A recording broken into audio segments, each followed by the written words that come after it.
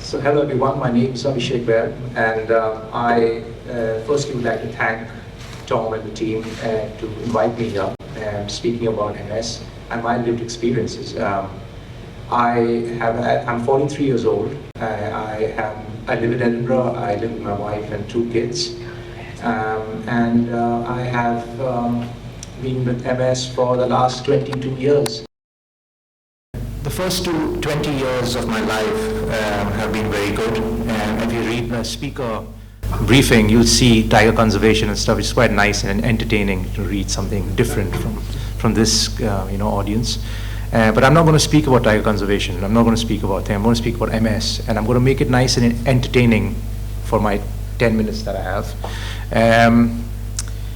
So today's talk, I didn't want to have a presentation. I just wanted to talk basically. So I scribbled down a few things last night. I'm going to talk about challenges which I face. I'm going to talk about the importance of research and the hope which Henry really spoke about. That is really, really important. So how did all this start? 20 years back, I go back. Wake up one morning, my left side arm is weak.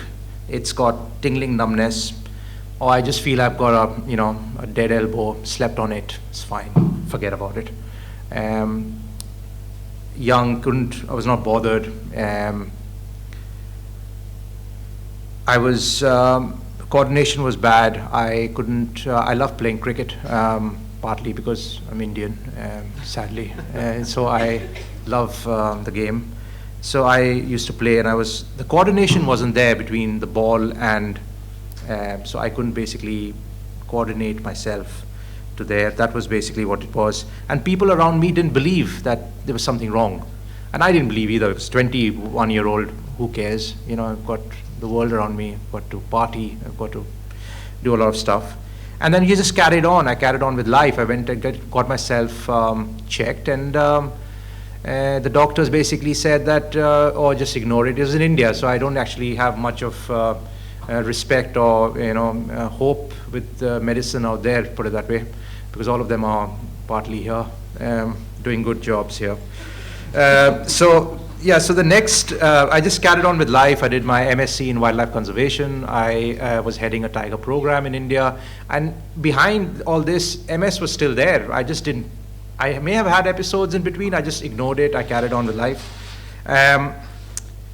But in 2007, I was in India in a tiger reserve, and I was doing some research work there, and I had optic neuritis. That's what basically I said. I did see the color red, as researchers would know.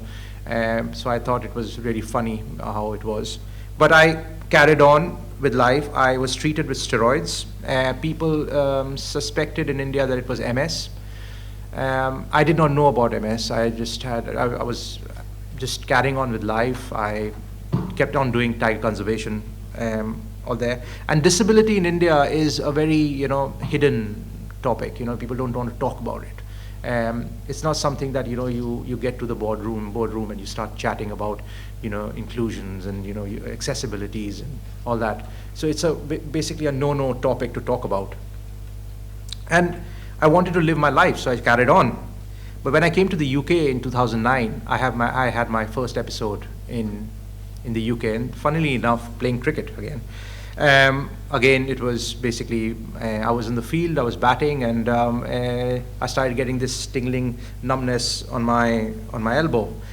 I went to the GP, and the GP basically, I did not have a good experience with my GP at that point. It's changed now, she's not there anymore.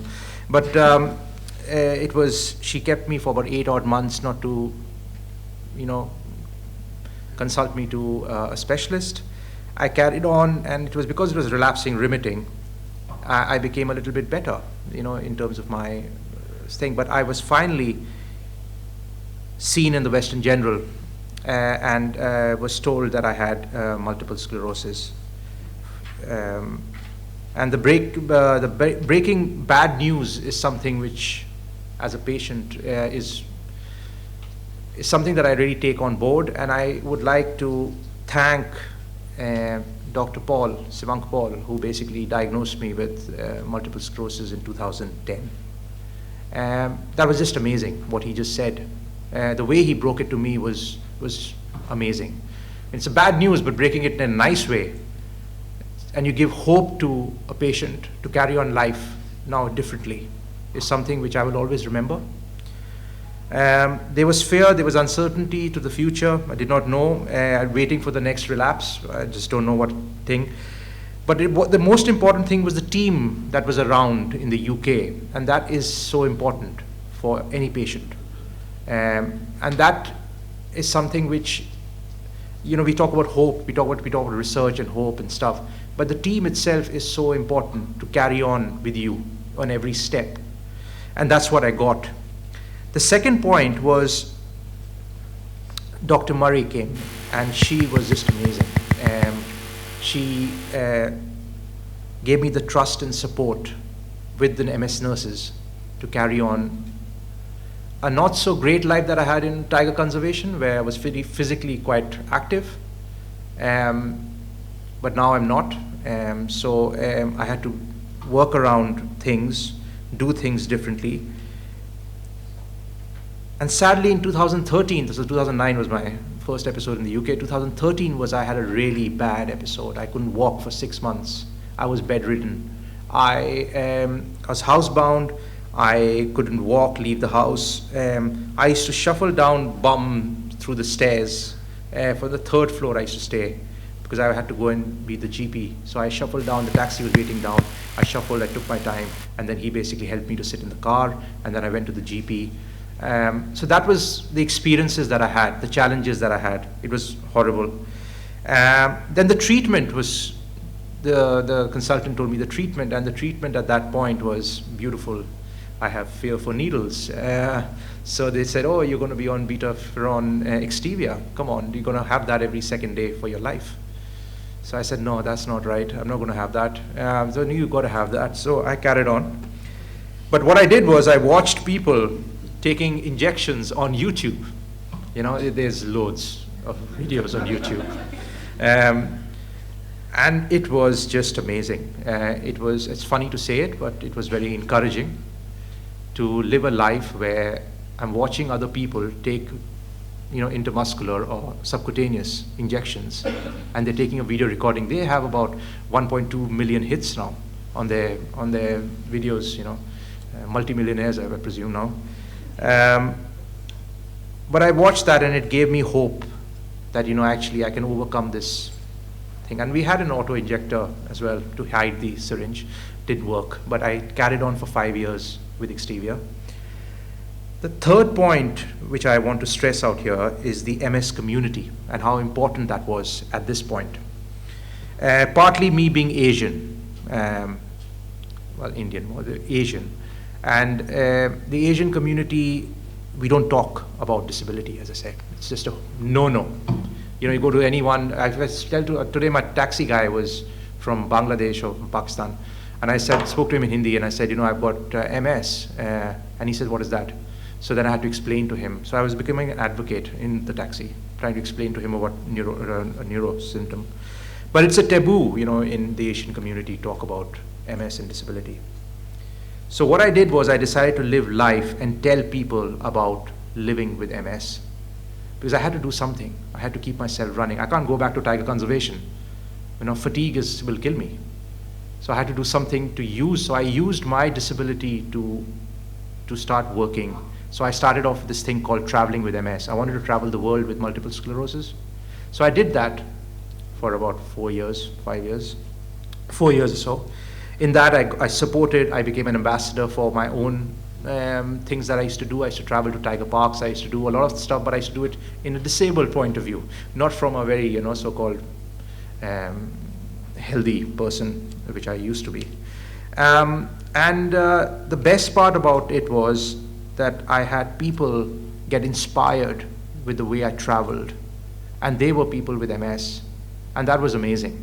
Meaning I had a lady who sent me a contact from Canada, and she said, I've just traveled to Southeast Asia. I went to,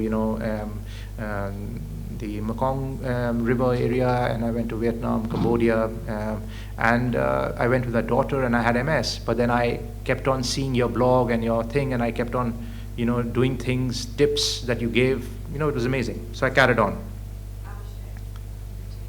Okay, sorry. So just to conclude right at the end,